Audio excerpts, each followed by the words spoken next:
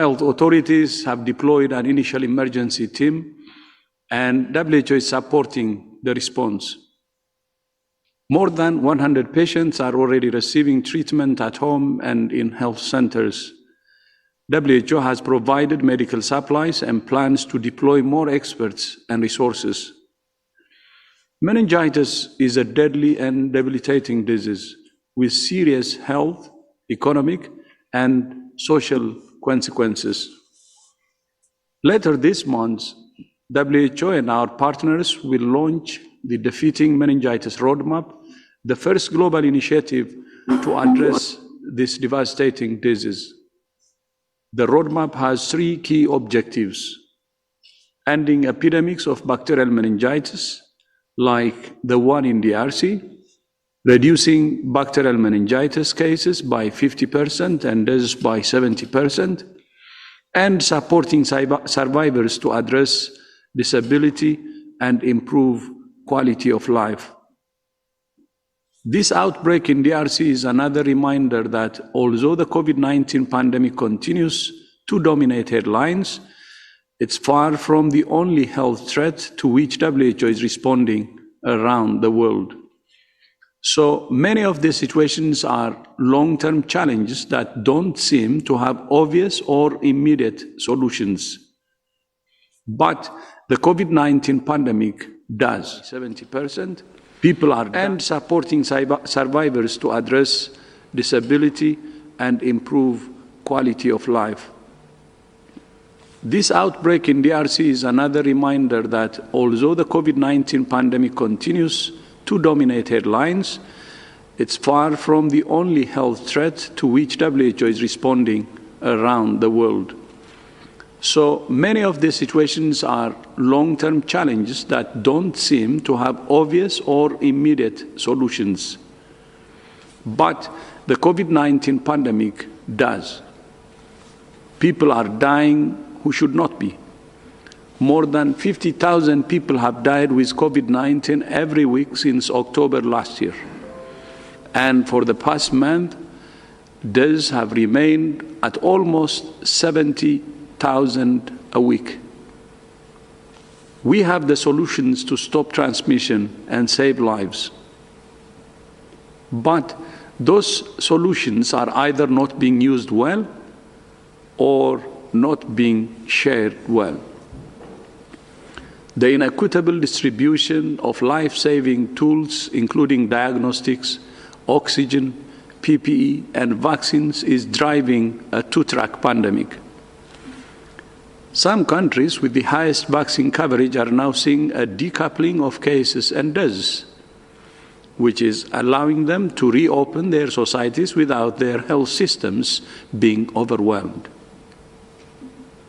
While cases in some of these countries are increasing among unvaccinated people, hospitalizations and deaths have remained relatively low, thanks to vaccines and earlier clinical care. However, premature relaxing of public health and social measures is putting unvaccinated and immunocompromised people at extreme risk. Meanwhile, countries with low vaccine coverage continue to see high case fatality rates. Additionally, some countries are refusing entry to people who have been fully vaccinated with a vaccine that has WHO emergency use listing, but which has not been approved by their own national regulators. This is creating more chaos, confusion, and discrimination, with some countries even refusing to use certain vaccines because of concern their citizens will be denied entry to other countries.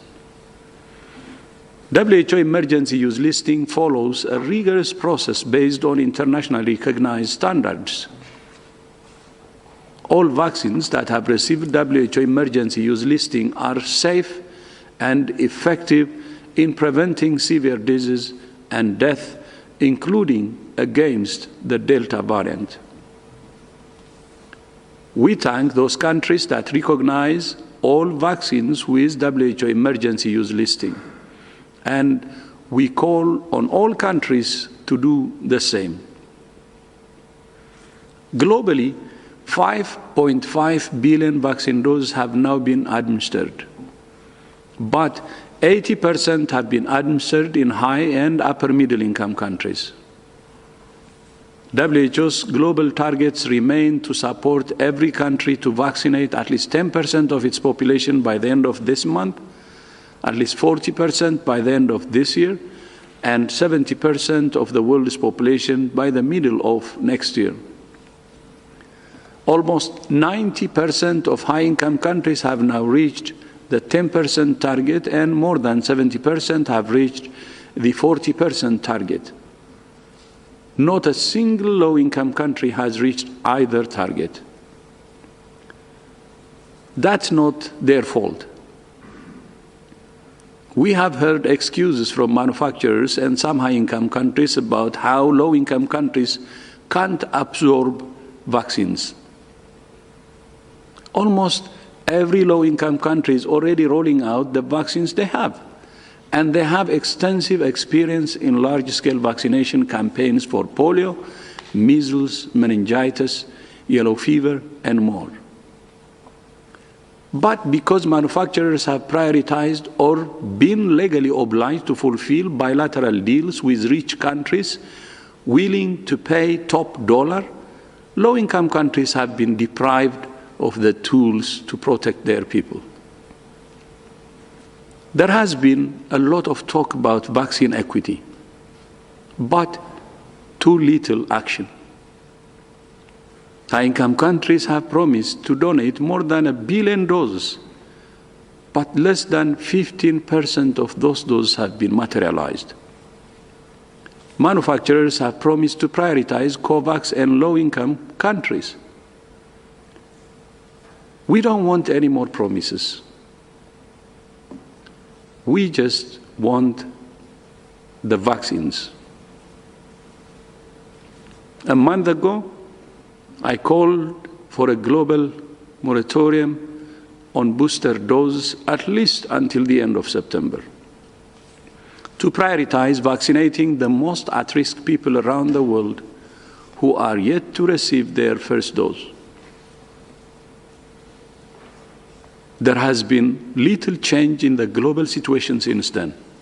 So today, I'm calling for an extension of the moratorium until at least the end of the year, to enable every country to vaccinate at least 40% of its population. Third doses may be necessary for the most at-risk populations, where there is evidence of waning immunity against severe disease and death, such as the very small group of immunocompromised people who did not respond sufficiently to their initial dose or are no longer producing antibodies. But for now, we do not want to see widespread use of boosters for healthy people who are fully vaccinated. Yesterday, the International Federation of Pharmaceutical Manufacturers Association said that G7 countries now have enough vaccines for all their adults and teenagers, and to offer booster doses to at-risk groups, and that manufacturing scale-up should now shift to delivering global vaccine equity, including dose sharing. When I read this, I was appalled. In reality, manufacturers and high-income countries have long had the capacity to not only vaccinate their own priority groups, but to simultaneously support the vaccination of those same groups in all countries. We have been calling for vaccine equity from the beginning, not after the richest countries have been taken care of. Low and lower middle-income countries are not the second or third priority. Their health workers, older people, and other at-risk groups have the same right to be protected. I will not stay silent when the companies and countries that control the global supply of vaccines think the world's poor should be satisfied with leftovers. Earlier this week, I had the opportunity to attend the G20 Health Ministers meeting in Rome. I said that as the world's largest producers, consumers, and donors of vaccines, the world's G20 leading economies hold the key to vaccine equity and ending the pandemic. I called on them to support the achievement of WHO's global vaccination targets by doing three things. First, by swapping near-term vaccine deliveries with COVAX. Second, by fulfilling their dose-sharing pledges by the end of this month at the latest. And third, by facilitating the sharing of technology, know-how, and intellectual property to support regional vaccine manufacturing. We have the tools. It's clear what needs to happen. Now is the time for true leadership, not empty promises. Margaret, back to you. Thank you, Dr. Tedros. I'll now open the floor to questions from journalists, and we have a long list today. You've all got your hands up already, so I can see you're very interested in what Dr. Tedros has been saying. So please keep your questions short, keep to one question so we can get through as many as possible. First up, we have Sophie McKenna from South African Broadcasting Corporation. Sophie, please unmute yourself and ask your question.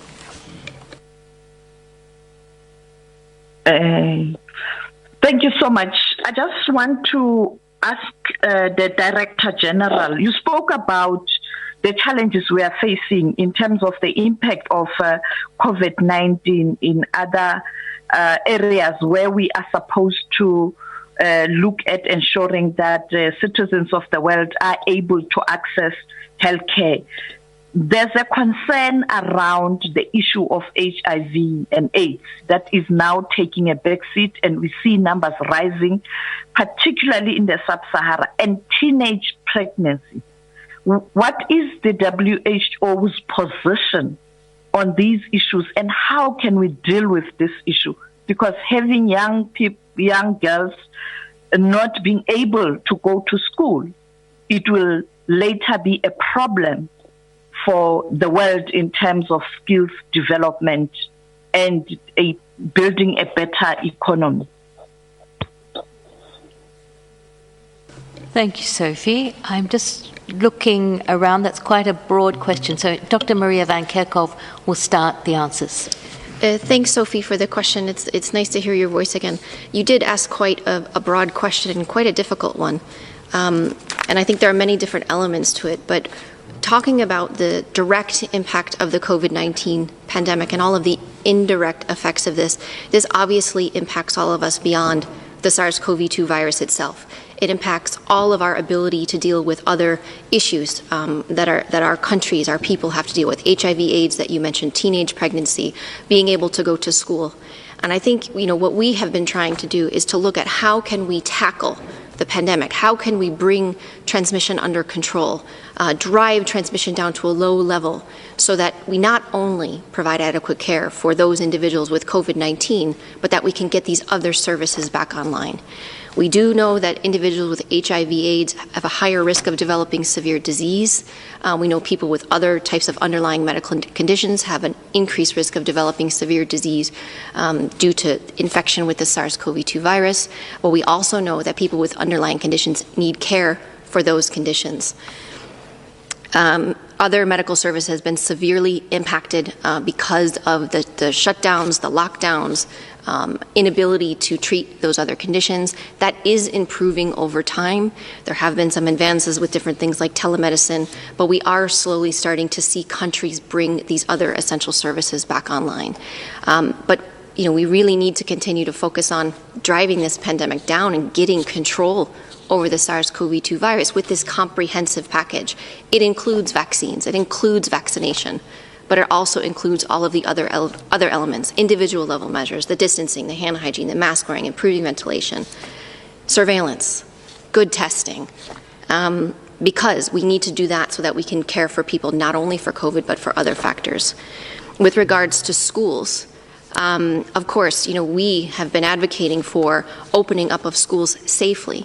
In areas where you can control transmission, schools operate in communities. So if you can drive transmission down, there are many ways schools can be open safely with provisions in place, making sure that there's a plan, to be able to detect cases, that you have a good communication plan with the students, with the teachers, with the staff, with the parents of those students, looking at what you can do in the school to lower the risk of transmission, including physical distancing, good ventilation, disinfection, the mask wearing amongst staff and children of appropriate ages.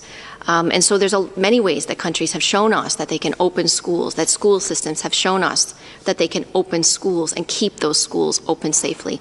It is incredibly important, I don't have to tell you this, but it's incredibly important to have children in school, not only for their education, but for the safety, for their well-being, for their mental well-being, safety and security. We work with UNICEF, we work with UNESCO, we work with many partners in trying to get schools safely open and showing the importance. This pandemic has had a tremendous detrimental effect on our kids. So it's a long-winded answer because it was quite a complicated question, but others may want to come in and supplement here. We have to get control over this virus so that we can get on with our lives and make sure that we provide appropriate care, not only for COVID-19, but we can provide care for those who need it for all of the other problems that we face. I can just maybe add, the Director General, Dr. Tedros, has also stated a number of times in the past that we were already falling behind on SDG 3, the goal related to health.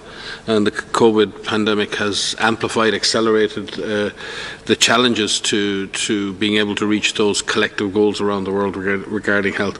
HIV, TB and malaria have been three of the most important. And it is to be noted that access to prevention services and testing services for HIV fell significantly, and that has a major impact down the line in terms of people contracting HIV or getting into early therapeutic services. But at the same time, the number of people actually accessing antiretroviral therapy increased, which is a testament to the HIV treatment programs that they've managed to keep going and accelerate their impact. Equally, in tuberculosis, we've seen an increase in the number of people presenting with multi-resistant, or the number of people accessing treatment for multi-resistant tuberculosis has fallen. That's not necessarily because the rates have fallen, but again, it's an access issue. Malaria, I think, has been more stable, and with the movement and increasingly moving malaria diagnosis and treatment into the community with community health workers and an improvement in primary health care, we've seen the resilience of primary healthcare oriented services which have managed to continue within communities, while at the same time we've seen huge challenges to tertiary healthcare provision as COVID overwhelmed the health system. So we would absolutely agree with you that COVID has had a negative, notwithstanding the presence of underlying conditions that worsen the outcome for individuals who get COVID.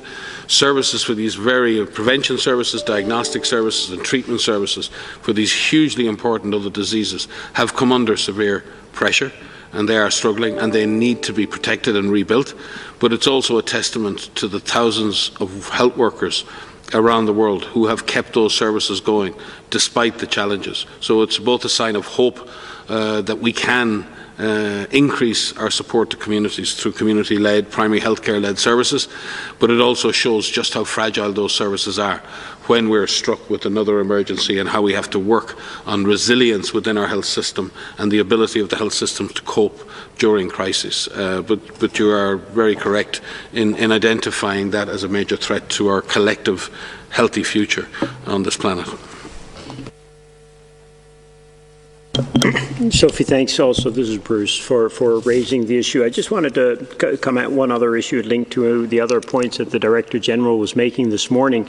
The WHO has done a lot of work to try and understand what the drivers are and you know, the specific issues leading to these declines in testing rates and other impacts that COVID's having on other services which are so crucial. And it's not just HIV, TB, but also issues like, I think, Maria, you might have mentioned antenatal screening, routine immunization services, everything got hit.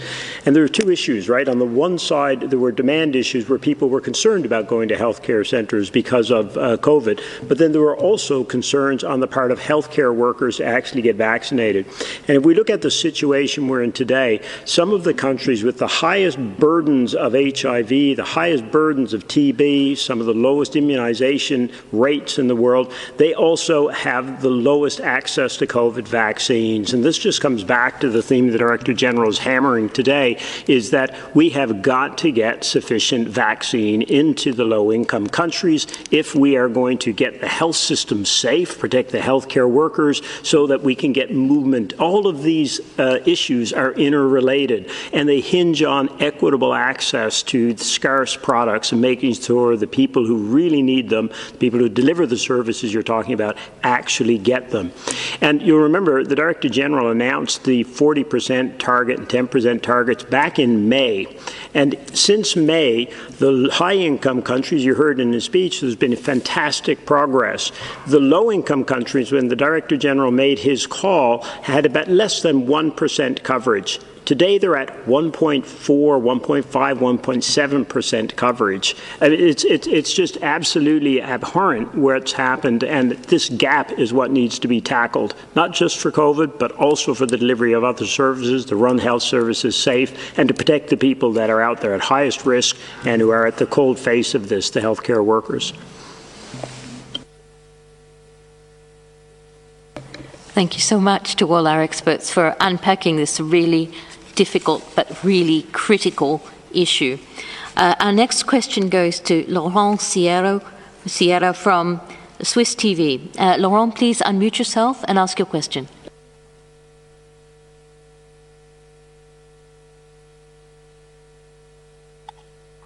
Can you hear me? Yes, we can. Please go ahead. Well, yeah, thanks, Margaret, for taking my question. I'd like to come back to Dr. Tedros' preliminary remarks, because you mentioned that you attended that G20 meeting last weekend, and you met also bilaterally a lot of health ministers. So what makes you think that now they're going to be committed to honor their pledges and to materialize them in the next month? Thank you. Thank you, Laurent. I'm looking around the room. Dr. Tedros will start. Yeah, thank you. Thank you so much.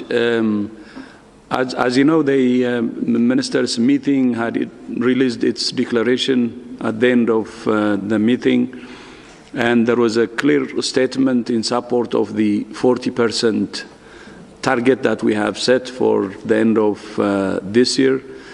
And during that meeting as a group, and also during my meetings bilaterally, they have assured me that they will do everything to contribute the vaccines required to achieve the 40% target by the end of this year. And as I said in my statement and several times in previous pressers, the G20 countries have the means to make it happen. They have the resources, they have the production capacity, and they should make it happen.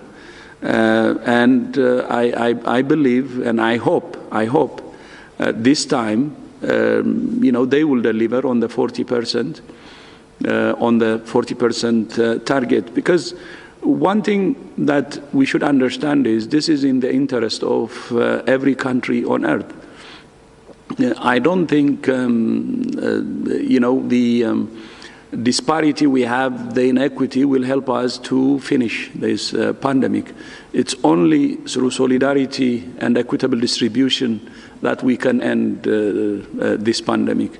So I hope, they will take action, and that's why today I said no more promises. I think the G20 countries, all as a group, have now promised to support, and let's see the action and achieve the 40% by the end of this year. Thank you.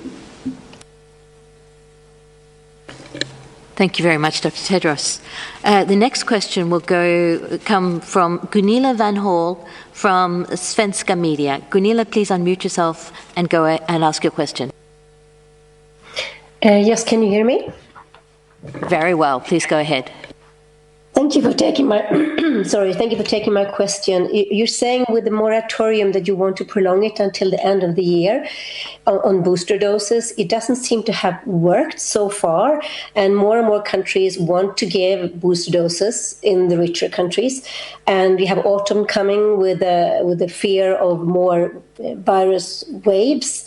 So what makes you think is going to work this time, that people will actually put to stop giving or to make a pause in the booster doses? Thank you.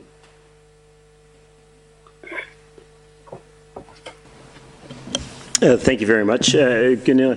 The call for the moratorium on booster doses is being taken in incredibly important, bigger context, Gunilla. There's two press conferences today you may have seen. There's the one that we're holding right now to talk about this issue, and there's one earlier today at 2 o'clock. And at that press conference, the leads on the COVAX facilities released the most recent supply forecast for COVAX. And what they reported was a 25% reduction in the number of doses that will go through COVAX without urgent action by the world's G20 countries, as the Director General has said, and most importantly, by the manufacturers themselves. So here we are in a situation where there's an incredible outcry across the world about the about the huge equity gap on vaccines that's only gotten worse since May, and the call for this 40%.